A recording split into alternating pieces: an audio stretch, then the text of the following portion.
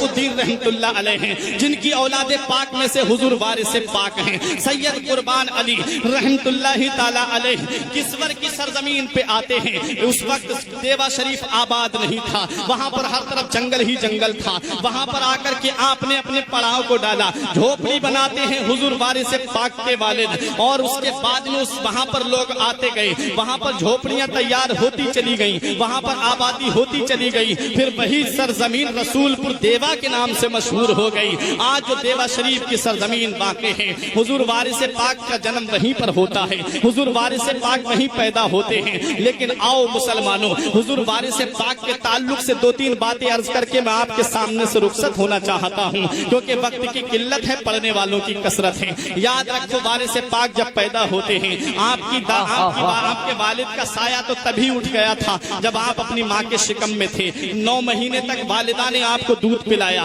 9 مہینے کے بعد والدہ بھی رخصت ہو جاتی ہیں۔ آپ کی جو پرورش کی ہے، آپ کی جو کفالت کی ہے، وہ آپ کی دادی سیدہ راحت النساء نے کی ہے۔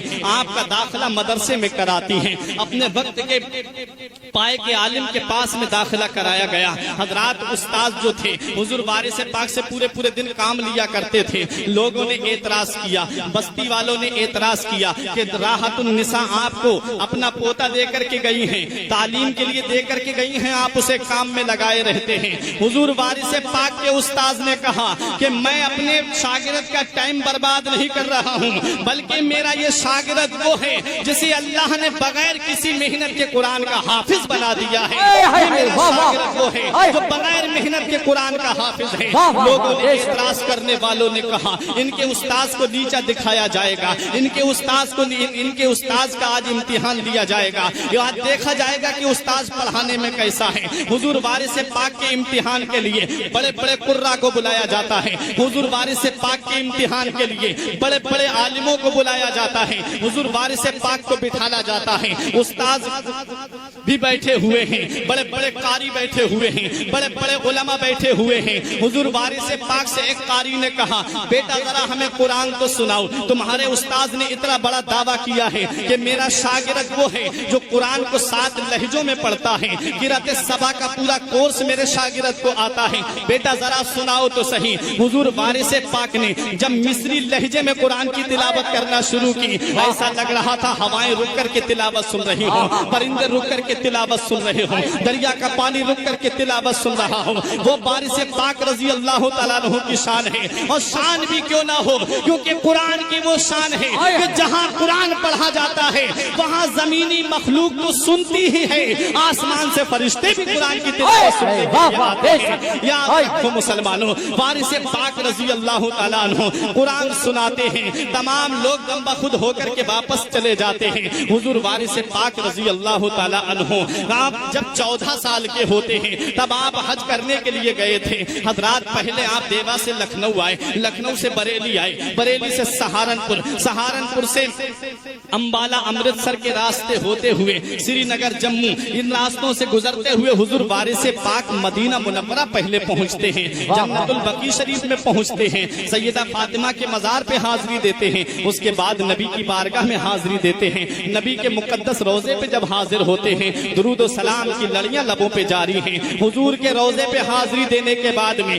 جب آپ مکہ مکرمہ پہنچ رہے ہیں، مکہ مکرمہ جا رہے ہیں، علماء کرام بیٹھے ہوئے ہیں، بڑی ذمہ داری کے ساتھ بول رہا ہوں، وارث پاک کی شان ذرا ملاحظہ کیجئے۔ علماء کرام کی موجودگی میں کوئی آدمی 3 دن کے لیے احرام باندھتا ہے، کوئی حاجی 4 دن کے لیے احرام باندھتا ہے۔ حضرات گرامی قرآن میں ہے الحج اشہر معلومات، حج کے وہ چند دن ہیں جن دنوں میں حاجی احرام باندھتا ہے، لیکن احرام کی حالت میں بہت احتیاط برتنی پڑتی ہے حاجی کو۔ حاجی کے بارے میں یہ آیا ہے حج کی 3 قسمیں ہیں، ایک ہے حج افراد، ایک ہے حج تمتع، ایک ہے حج قران۔ حاجی گھر سے صرف حج کی نیت کر کے چلے تو اسے حج افراد کہتے ہیں، حاجی گھر سے صرف عمرے کی نیت کر کے چلے اسے حج تمتع کہتے ہیں، حاجی گھر سے حج اور عمرہ دونوں کی نیت کر کے چلے اسے حج قران کہتے ہیں۔ اور یہی افضل ہے، یہی مستحب ہے کہ گھر سے حج اور عمرہ دونوں کی نیت کر کے چلے، لیکن جب حاجی احرام باندھتا ہے، جب حاجی احرام کو अपने जिस्म पे लपेटता है। याद रखो मुसलमानों, इहराम की हालत जो होती है वो बहुत ज्यादा एहतियात की हालत होती है। ना तो सर का बाल टूटना चाहिए, ना तो दाढ़ी का बाल टूटना चाहिए, ना तो किसी को हाथ से तकलीफ देना चाहिए। अगर जूं को मार दिया तब भी उसे कुर्बानी देना पड़ेगी, सर का बाल टूट गया तब भी कुर्बानी देना पड़ेगी। मौलाना अकील साहिब किबला बैठे हुए हैं, बड़ी जिम्मेदारी के साथ बोल रहा हूँ, अगर किसी को हाथ से तकलीफ दे दी तब भी उसके ऊपर जुर्माना है, किसी को पैर से तकलीफ दे दी तब भी उसके ऊपर जुर्माना है। इहराम की जो हालत होती है वो बहुत सख्त हालत होती है प्यारे। लेकिन याद रखो मुसलमानों, कोई हिंदुस्तान का हाजी भी हज करने के लिए जाता है, पाकिस्तान का हाजी भी हज करने के लिए जाता है, जर्मन और जापान से भी हज करने के लिए लोग जाते हैं, मॉरिशस से भी लोग हज करने के लिए जाते हैं, पाकिस्तान से भी लोग हज करने के लिए जाते हैं, पूरी दुनिया के कोने कोने से हाजी जाता है। इहराम की जब हालत आती है बहुत एहतियात से कदम रखता है, इहराम की हालत में जब आता है तो बहुत एहतियात से फिर वो चलता है। याद रखो मुसलमानों, हाजी जब इहराम की हालत में होता है तो या तो 3 दिन इहराम की हालत में होता है या तो 4 दिन इहराम की हालत में होता है। हुजूर वारिस पाक ने जब इहराम को पहना, हुजूर वारिस पाक ने जब इहराम को बांधा तो जब से 14 साल की उम्र से हुजूर वारिस पाक ने इहराम को बांधा था, आखिरी वक्त तक अपने जिस्म से इहराम को नहीं, आखिरी वक्त तक इहराम को जिस्म से उतरने नहीं दिया था। एतराज करने वालों ने एतराज किया था। वाह वाह, बेशक वाह वाह। नारे तकबीर, नारे रिसालत, नारे गौसियत, मशरक़े आला हज़रत, फैज़ाने हुज़ूर बारिशे पाक, जश्ने बारिशे पाक, फैज़ाने साजी मियां हुज़ूर, नारे तकबीर। हज़रात, हुजूर वारिस पाक ने जब इहराम को पहना, हुजूर वारिस पाक ने फिर अपने इहराम को उतारा नहीं। हुजूर वारिस पाक काबे का तवाफ कर रहे हैं तब भी इहराम की हालत में हैं, सफा मरवा की दौड़ लगा रहे हैं तब भी इहराम की हालत में हैं, मीना में कुर्बानी कर रहे हैं तब भी इहराम की हालत में हैं, रमी जिमार कर रहे हैं, शैतान को कंकरी मार रहे हैं तब भी इहराम की हालत में हैं। हुजूर वारिस पाक रजी अल्लाह ताला अन्हु मुज़दलिफा में हैं तब भी इहराम की हालत में है, मैदान अराफात में है तब भी इहराम की हालत में है, मताफ में है तब भी इहराम की हालत में है, चाहे जमजम पे है तब भी इहराम की हालत में है, मस्जिद हराम में है तब भी इहराम की हालत में है। इहराम की हालत में हुजूर वारिस से पाक हैं और उसी हालत में आप अपने वतन वापस आते हैं। एतराज करने वालों ने एतराज किया था, सवाल करने वालों ने सवाल किया था, एतराज करने वाले उस जमाने में भी थे, मोतरिज उस जमाने में भी थे और लोगों ने आकर के ये एतराज किया था कि हुजूर इहराम की हालत जो है वो तो मक्के में है, आप यहाँ भी इहराम को बांधे रहते हैं, यहाँ पर इहराम बांधने की वजह क्या है? इहराम तो यहाँ पर बांधना कोई जरूरी नहीं है। तब हुजूर वारिस पाक रजी अल्लाह ताला अन्हु से जब सवाल किया था मोतरिजीन ने, हुजूर वारिस पाक जवाब देते हैं, अरे मेरी निगाहों के सामने हर वक्त काबा रहता है, काबा मैं जब भी निगाह उठाता हूँ काबा मेरी निगाहों के सामने रहता है। एक हुजूर का शहजादा ये है जिसकी निगाहों के सामने काबा रहता है और एक लाडला वो है जिसके दीदार को खुद काबा चला आता है। बरेली के इमाम ने यही पैगाम दिया था कि सारे अक्ताबे जहां करते हैं काबे का तवाफ, सारे अक्ताबे जहां करते हैं काबे का तवाफ, काबा करता है तवाफे दरे बाला।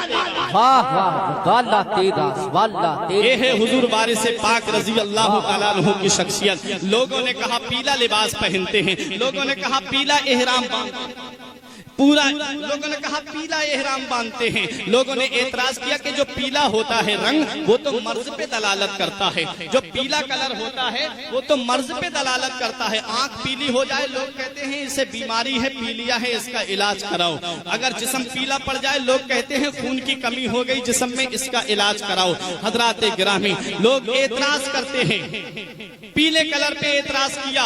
हुजूर वारिस पाक से लोगों ने कहा आप पीला क्यों पहनते हैं इहराम, कोई और कलर क्यों नहीं? पीला तो मर्ज पे दलालत करता है, मरीज होने पे दलालत करता है, तब हुजूर वारिस पाक फरमाते हैं हाँ ये हकीकत है कि पीला मरीज होने पे दलालत करता है, लेकिन मरीज दो तरह के होते हैं। एक तो वो होता है जो किसी दुनियादार की मोहब्बत में मरीज होता है, और एक वो होता है जो मदीने वाले मुस्तफा की मोहब्बत में मरीज होता है। वारिस ने किसी दुनियादार की मोहब्बत का चराग अपने सीने में रोशन नहीं किया है, वारिस ने किसी दुनियादार की मोहब्बत का चराग अपने सीने में नहीं जलाया है। वारिस के सीने में जो चराग जल रहा है वो किसी और का नहीं है, मदीने वाले मुस्तफा की मोहब्बत का चराग जल रहा है। ये नाज ये अंदाज हमारे नहीं होते, ये नाज ये अंदाज हमारे नहीं होते। दामन में अगर टुकड़े तुम्हारे नहीं होते, बेदाम ही बिक जाइए दरबारे नबी में। इस शान के सौदे में खसारे नहीं होते, मिलती ना अगर भीख हुजूर आपके दर से, इस घाट से मंगतों के गुजारे। वाह वाह बेशक वारिस पाक की शख्सियत है, सुभान अल्लाह। ये वारिस पाक का मकाम है। एक करामत सुन लीजिए, तकरीर खत्म। एक गैर मुस्लिम था जिसका राजपूत था, जिसका नाम था कंचन सिंह। कंचन सिंह था राजपूत। हुजूर वारिस पाक रजी अल्लाह ताला अन्हु से मोहब्बत करता था, लेकिन हुजूर वारिस पाक रजी अल्लाह ताला अन्हु के पास में आया। चंद दिन की उसे छुट्टी मिली थी। हुजूर वारिस पाक रजी अल्लाह ताला अन्हु के पास में जब आया, हुजूर वारिस पाक ही ने उसे अपने पास में रोक लिया। गैर मुस्लिम था, जाना तो उसे बदरी में था, लेकिन हुजूर वारिस पाक ही के यहाँ पर उसके दिन पूरे हो गए।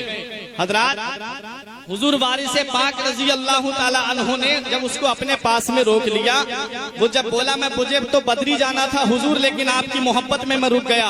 हुजूर वारिस पाक फरमाते बदरी जाना चाहते हो? बोला हाँ। हुजूर वारिस पाक ने कहा चेहरे पे पट्टी बांध लो, और थोड़ी देर के बाद में पट्टी खोल देना। चेहरे पे पट्टी बांधी, पट्टी खोली तो कदमों पे गिर करके मुसलमान हो जाता है। ये वारिस पाक की शान है। हयात थे तब भी इस्लाम की खिदमत कर रहे थे, आज मजार में हैं तब भी इस्लाम की खिदमत कर रहे हैं। मुसलमान भी मजार पे जा रहे हैं, गैर मुस्लिम भी मजार पे जा रहे हैं, सिख भी मजार पे जा रहे हैं, ईसाई भी मजार पे जा रहे हैं। इतना बड़ा मकाम वारिस पाक को कहां से मिला है? इतनी बड़ी शान वारिस पाक को कहां से मिली है? इतनी बड़ी अजमत वारिस पाक को कहां से मिली है कि चमक तुझसे पाते हैं सब पाने वाले, चमक तुझसे पाते हैं सब पाने वाले, मेरा दिल भी चमका दे चम चम चम चम चम। वाह बेशक दुआ है मेरे